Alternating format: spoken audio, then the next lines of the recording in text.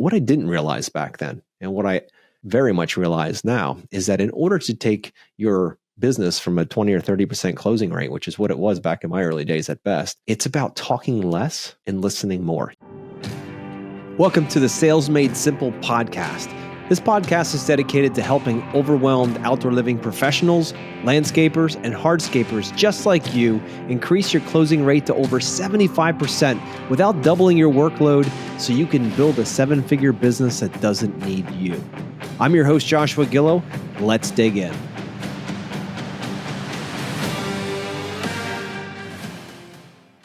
Hey, everybody, and welcome back. Hey, today we're going to hit on a subject that might make some of you guys cringe, and I want you to listen through because this is going to be something that could change your entire way you interact and integrate with your customers, how you build relationships, whether you are or aren't building relationships with your customers, and why that is so important. So today, we're going to dig into this idea of asking yourself, listeners, ask yourself, when you meet with your clients, are you more giving them a monologue or are you opening up a dialogue? Now, we all love monologues when it comes to Jay Leno, right? If you guys are old enough to remember Jay Leno and how he used to come on to his show and he'd have this monologue that would get everybody fired up and all that, that's great. But unfortunately, contractors, professionals out there in the contracting space, there's a big need to want to sound smart, right? There's this big need to want to sound smart. So we go out there thinking that we have to be the one that talks the most when we meet with our customers to impress them with our knowledge and the years and years of experience that we've accumulated, that becomes such valuable. We think that the more we talk, the more value we're offering our customers, right? Anybody out there listening feel that? They feel like if I can just talk some more, that clients would be more likely to buy my service or, buy my design or my new paver patio or seating wall or fire pit or whatever it might be, swimming pool deck, whatever it might be. If I could just talk enough, they'll know that I'm smart enough to be the one that they pick. Well, unfortunately, listeners, that's not how this thing works. If you're focused on monologues and focused on being the one that talks the most in the conversation, the sales conversation with your customer, then that would explain or could explain exactly why your closing rates are what they are. I know when I first started almost 30 years ago, I thought it was all about how smart I could sound. I remember clearly reading the paver catalogs or anything that I was working on at that point, the aquascapes manuals and all that stuff, and becoming really, really smart at what I'm doing because I was a great doer. I love building stuff with my hands. And so for years, I thought the more and more educated I could get, the more clients would find value in me. And when they would find value, they'd be willing to pay me. That was my logic. And you know what? In the beginning, it helped a little bit. It went from someone who had no idea of what he was doing to someone who had a little bit more because I could at least communicate those things to my customers. But what I didn't realize back then, and what I very much realize now, is that in order to take your business from a 20 or 30% closing rate, which is what it was back in my early days at best, it's about talking less and listening more. You've heard me say that 1,000 times, and you'll continue to hear me say that. Because at the end of the day, listeners, if you can learn the skill of keeping your mouth shut and leading with great questions. So obviously lead with the questions and then keep your mouth shut. But the point here is, it's not about you. It's not about how smart you sound. It's not about how well you dress. I mean, those things are kind of side bets, if you will. Those things are almost expected from customers, that you know what you're doing and that you show up where you actually appear to be professional. Those things are almost expected from customers. So we don't have to go there and shine the light on ourselves and how smart we are and run our mouths the entire time about how your patio is better and how your plants don't die and how your fish become bigger in the ponds because you have a better feeding system or a better heating system or a better whatever it might be. Like, this is not about you vomiting information on clients to show them value. That's the monologue side of things. I offer you the option, more of a challenge, to consider a different path. If that path has been giving you the results that you have been receiving so far, and you want more, you want better closing rate, you want to serve more clients, you want to build more projects, you want to make more money, you're going to have to shift. You're going to have to consider that maybe what you're doing now is working slightly effective, but not so effective in order to get you to where you truly want to go. So if that's the case, and you would like to be able to close more projects, it's a matter now of switching gears in your head and realizing that you aren't the star of the show. You aren't the hero of the story, that you're more the guide, more the detective. So what does a detective do? Does he show up at a crime scene, or, you guys have seen the shows. Does he show up at the crime scene and, kick the door in and just start talking the entire time? Or does he come in curious, asking a couple of good questions? All of a sudden, things start to happen. They start to get great information out of the suspect in this case, right? We have to do the same thing with our customers. They expect us to be good at what we do. Now we have to figure out if we're a good fit for them, and if this project is truly what they need, want, and desire, not just what they think they might need. And that's where we get into, if you heard me say this many times, 80% of the decision for an outdoor living space is emotional, 20% is logical. The monologue pushes into the logical. Questions, dialogue pushes into the emotional side, knowing what questions to ask, when to ask those questions, and what order. Order is very important. So back to dialogue. What is dialogue? So if monologue is just you talking 80% of the time and a client talking 20% of the time, dialogue is the opposite. Dialogue is asking good questions and being silent and listening to the answers deeply, taking those questions and digging them deeper, peeling that onion. If Mrs. Jones says that she wants a comfortable patio space, and you go back to the office and you start drawing out a 16 by 20 patio for her, bring it back and say, that's comfort. How do you know that's even close to what she has envisioned? Do you even know what comfort means to her? On a monologue, you wouldn't care, but in a dialogue, you would ask the question, well, Mrs. Jones, what does comfort mean for you outside? And let her paint that picture for you. And when she says, that's going to be I would love to have a nice club set of chairs there with a nice table to the side. I'd love to look out into to the west and see the sunsets with a glass of wine in my hands, watching the dog and the grandkids running around the backyard. That's some pretty important information, designers, isn't it? Wouldn't that be nice to know before your pencil ever hits the paper or your cursor ever hits the laptop? Think about it.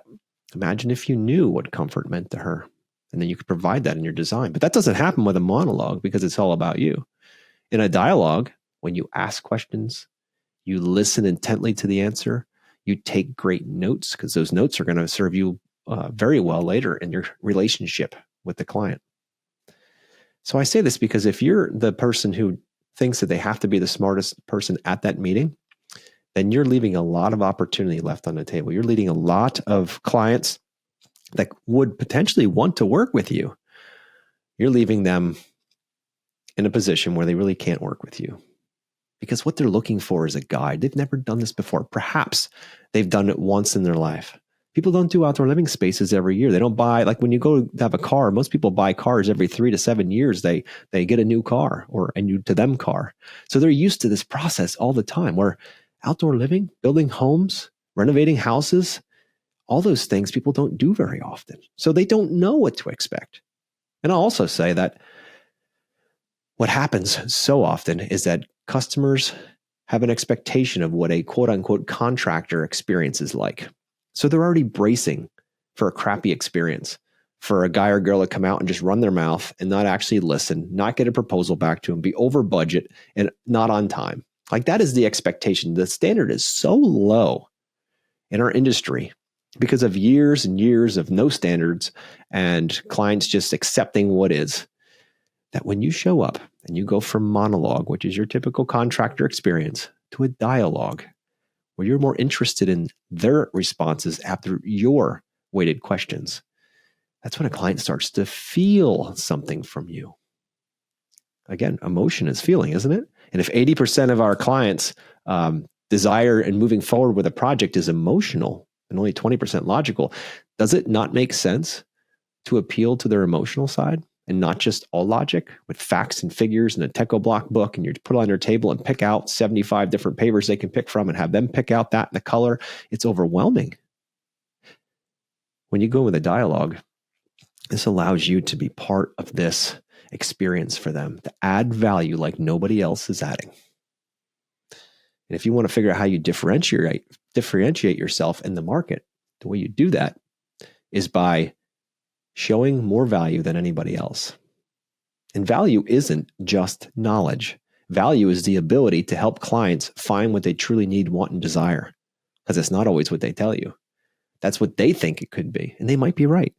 But oftentimes, if you peel the onion, go deeper and deeper, you start getting more clarity. And what you thought, quote, assumed that they wanted was different than what they actually wanted. And somebody else, the other competitor out there, they heard it better. They listened better. They asked better questions, and they get the project and you don't.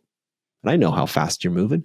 I know how fast your business is moving along, and you've got all these clients to go out to and meet. And if you're meeting with 10 new clients a week, then you've got all these people to go out and meet with. If each one of them's an hour, that's 10 hours a week. You got to go out and meet with clients. And how do I know which ones to point my attention to? I wish I just could figure out which ones were going to waste my time and which ones are going to actually become clients. I feel it, guys. It's springtime. Been doing this a long time, and I know that feeling. So if you want to be able to discover how you, even if you're a monologuer, turn into a dialoguer, reach out to us, book a call. That's what we do here at Yes Express. We help you go from being the smartest person in the room to being the one who listens best, because that person, the one who listens best, that can ask and lead with great questions and lead and guide a client to the best result for them, is the one who gets the project. Cost and budget becomes secondary when you learn how to do this. I can only say this from tons of experience in watching hundreds of companies around the country do the same thing. And it is a massive shift to what clients are expecting. Their expectation of the customer or the contractor customer experience is very, very basic. What do you want? How much you got? Are you available on Tuesday? When you show up differently, curious like a detective, asking great questions in a really logical order that get them to the results they want quicker and better, you immediately set yourself apart from everybody else. You don't need to have a fancier website. You don't need to have fancier trucks. You don't need to have fancier shirts. You don't have to have any of those things. All you need to have is the ability to communicate with people and develop a dialogue with your customers so that they can connect with you in ways that they're not connecting with anybody else. And you know the crazy part, guys, out there listening, it doesn't cost you anything to do that. Imagine going out and just meeting with 5 of those 10 clients and bringing most, if not all of them, home and not wasting the time with the 5 that would have never become clients because they had no way of saying yes to you. Think about it. What would you do with your time? I guess that's a big question for you listeners. What would you do with your time if you didn't have to feel the pressure of meeting every single client that came in the door and feeling like you have to close them all and then beat yourself up for the rest of the week because you didn't close them all and feel like crap or feel like you're no good at this or you're a failure? Why are you even in business? Because you can't close these clients, and what's wrong with me? There's got to be something wrong with me. What if all that gibberish in your head, all that negativity in your head would just disappear? And the way that disappears, listeners, is by becoming clear on what the problem is and building confidence through systems. That's what moves that out of the way.